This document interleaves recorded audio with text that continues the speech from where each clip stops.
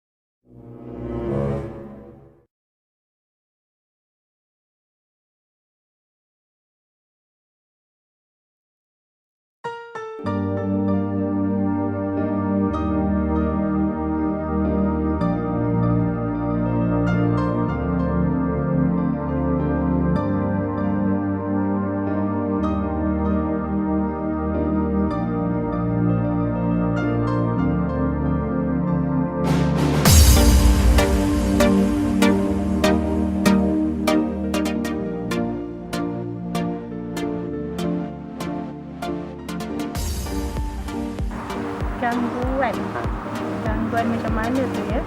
Gangguan dari segi yang banyak gangguannya tak adalah apa sangat, tapi motor lah. Motor yang selalunya kadang-kadang ya, sebab kita ni dekat dengan highway. Jadi bila dekat dengan highway, kadang-kadang malam-malam kan kita susah. Dia ada kadang-kadang tu dengar bunyi, sentiasa ada bunyi kan jalan yang highway mestilah sentiasa ada ada pergerakan daripada kereta-kereta, motor-motor, dan kita pun kawasan ni dia masuk ya, kereta motor selalu masuk dalam kan. Jadi itu je lah. Dan kadang-kadang tu ada juga dengar dia orang buat racing dekat jalan raya kan. So itu yang menyebabkan kita kadang-kadang terganggu jugalah kan. Ada juga kadang-kadang bunyi siren daripada yalah tengah-tengah malam kan. Kita terganggu lah juga, bukan terganggu apa, kita kata cemas jugalah kan. Ada kenderaan yang mencemaskan macam tu lah. Selain daripada tu macam rasakan dululah ada gangguan, macam ada yang jiran membela anjing kan. Bila malam-malam dia akan bunyi yang ya Allah kan, memang mula kita, tapi alhamdulillah sekarang ni dah okey lah. Benda-benda yang macam ni lah. Dalam taman ni gangguan dia tak banyak sangat lah yang kita boleh terima. Yang ada salah satu daripada taman ni berdepan, sebab makcik berdepan dengan rumah Cina. Dia bela anjing tu agak garang sikit lah. Kalau dia tak kenal orang tu memang bising lah. Selain pada tu bunyi motor tu yang bising tu agak rempit punya orang lah. Itulah. Sebab kalau nak bising yang lain macam kereta ke apa ke, sini taman tak boleh nak laju-laju sebab budak-budak ramai kan. Kira macam taman tu, jalan tu kecil, tak sesuai lah orang tak nak bising. Jadi memang tak ada lah kalau bising-bising kereta ni. Tu bising orang tak ada lah. Well, this house is a terrace house by the highway. So At 3 or 4 in the morning, you could hear some illegal racing. And then, in order to go out, we have to use the inside road. So that's a big jam in the morning. And then there's pets of neighbors, the cats and dogs. And sometimes the cats litter in front of our house. This area, because it's a terrace house, there will be sometimes constraint in parking space. And then on Thursday there is Pasar Malam. And then also the last one, there is a school, high school, where we could hear from the assembly the sound of teachers nagging loudly. And the last one, I just remember that this place, because it's just by the highway, there is a lot of cases of snatch thief, robbery, and break into the house. Dari highway itu kereta motor kan lebih suara kuat lah. Saya rasa dia orang lawan laju tu. Itu motor lawan laju lebih banyak. Itu baik ada lagi. Kalau kuat itu suara kuat banyak laju.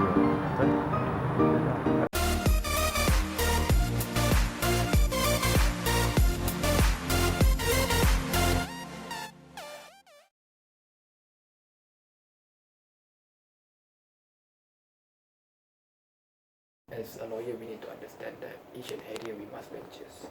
So the most important one, I think, nuisance is an area that actually not yet developed in Malaysia, but actually we have a lot of cases regarding nuisance.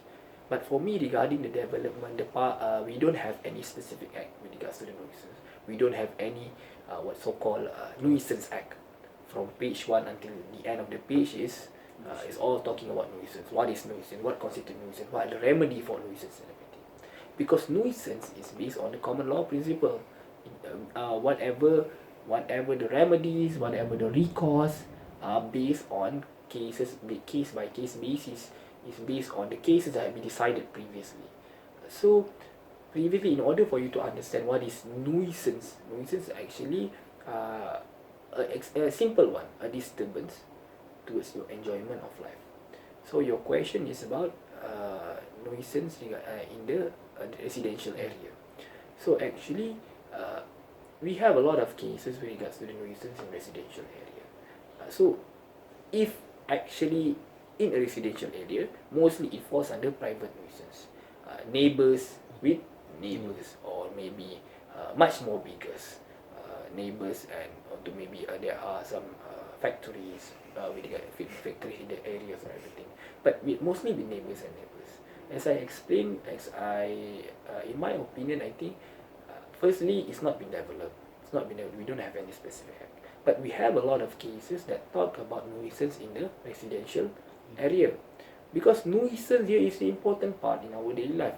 It will occur regardless of whether you are living alone, or you are living alone, you are living in suburbs, you are living in a flat. Nuisance will occur each and every day. But whether the act can be continuous each and every day, nuisance will happen. Okay, in the residential area, as I explained, we have one cases that actually quite funny, I guess, because of this neighbor actually parked his car right in front of his neighbor house. The court held that it was considered as a nuisance. So for me, actually, nuisance law depends on circumstances and situation. What may constitute a nuisance to this guy may not constitute a nuisance to another person. So what cases right now we have? This cases of 2017. This is a recent one cases. 2017 decided in Penang, High Court of Penang, where someone parked in front of somebody's house is considered as nuisance. But it depends. If you live in KL, if you live in a flat where people double park each and every day, you will not consider as nuisance also, because it depends on situation. Each and every people do it. Depends. But in area that in remote area, probably it's considered a nuisance. Why do you park in front of my house when you have a lot of spaces? So nuisance is depends on situation.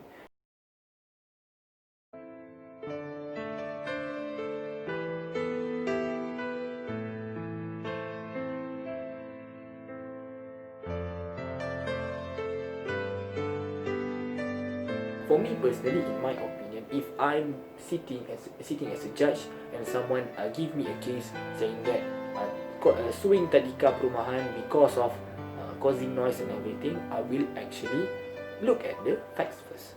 Okay, firstly, for me itself, as I said earlier, what amounting to a nuisance is actually a disturbance for your enjoyment of life. If tadika works at around 8:30 to 12:30, I mean students of tadika around 8:30 to 12:30, and if you are the neighbours and during that time you are working, you're not sitting at home, will it cause a disturbance towards your enjoyment of life? For me, it's not. So that's why I'm saying that it depends on situations. And somehow, if it's so noisy, for me, my experience with tadika actually, we need to see what is the situation itself. If tadika is situated in a residential area, 10 meter or 50 meter from your house, it will not cause a disturbance towards you. And even if the tadika is so near to your house, it's not entirely during the course of studying, during the course of tadika punya budak-budak tu kerja kat situ, budak-budak tu bermain-main kat situ. It's not all the time they are noisy. They are only noise when they are during recess, during masa diorang rehat, makan-makan. Time tu lah budak-budak tu bising. Apart from that, studying, membaca, and they're all kids. You need to understand, you need to have a common sense. And if you in law, regardless of the principle, you need to establish a reasonable approach also. Is it reasonable for you to sue a tadika perumahan because of producing a noise that come from a kid? A common sense.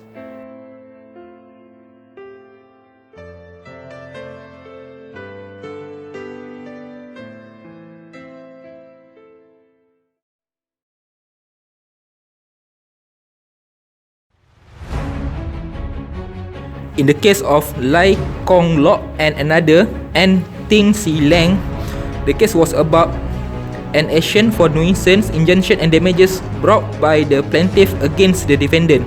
The plaintiff submitted that the defendant had always parked his vehicle in front or near the front gate of the plaintiff's house, causing obstruction and inconvenience for them to exit and enter their vehicles into their house.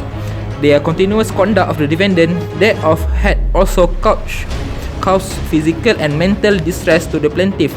In support of their allegation, the plaintiff relied upon the evidence of the CCTV recording and also photograph of the alleged nuisance. The first plaintiff had also lodged a police report against the defendant on various occasions for various reasons, inter alia for fear of his safety when the defendant scolded him and challenged him to a fight. The judgment was held that the plaintiff with the cost of 5,000.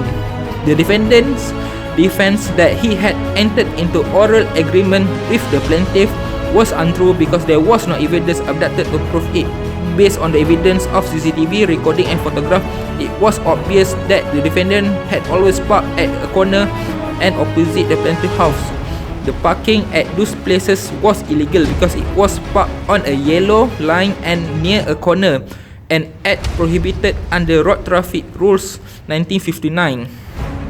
Further, the nuisance caused to plaintiff was not a temporary nature and no amount of money could compensate the plaintiff. In addition, it was not in the public interest for the court to condone the parking vehicle at yellow line and too near a road injunction. Hence, this was fit and proper case for the court to grant injunction.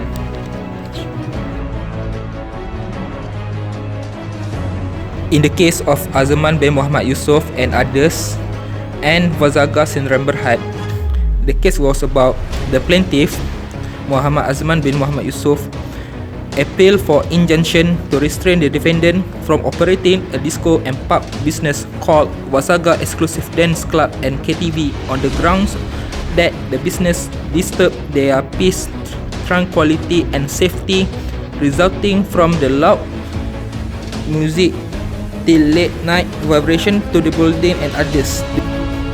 The court held that the plaintiff application for injunction, even though the disturbance were serious, the court should not have granted prohibitory order which can cause serious losses to the defendant if there were other sufficient and appropriate lawful relief. It seemed that the disturbance could not be compensated with money and there was no other remedy besides putting a stop to the disturbance. Therefore, the court granted the plaintiff application. After scrutinizing all the facts, the court ordered that the defendant restrained by an injunction from causing nuisance to the plaintiff until the disposal of the trial of the plaintiff claim against the defendant.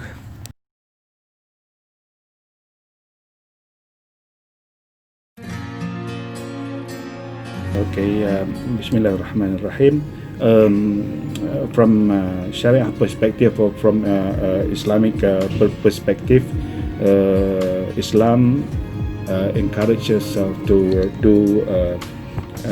have a good relationship with our neighbors, as the Prophet mentions, al-jar qabla dar. So al-jar qabla dar means that you have to choose your neighbor first before your house or your place to stay. And other hadith also said that man kana yu'minu billahi wal yawmil akhir fal yukrim jar. So whoever believe in God and also believe in the day in the hereafter, then you have they have to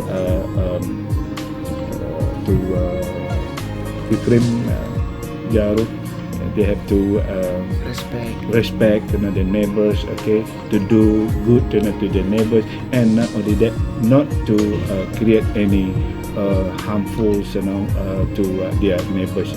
I think that is the general overview or general principles pertaining to Sharia perspective pertaining to nuisance. Okay, the idea behind that is not to cause harmful or problems to neighbors. That is the whole idea.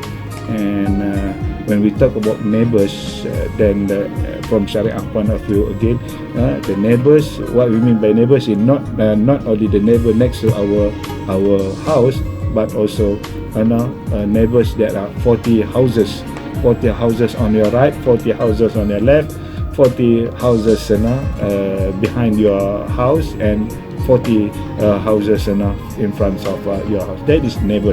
That means the whole community in the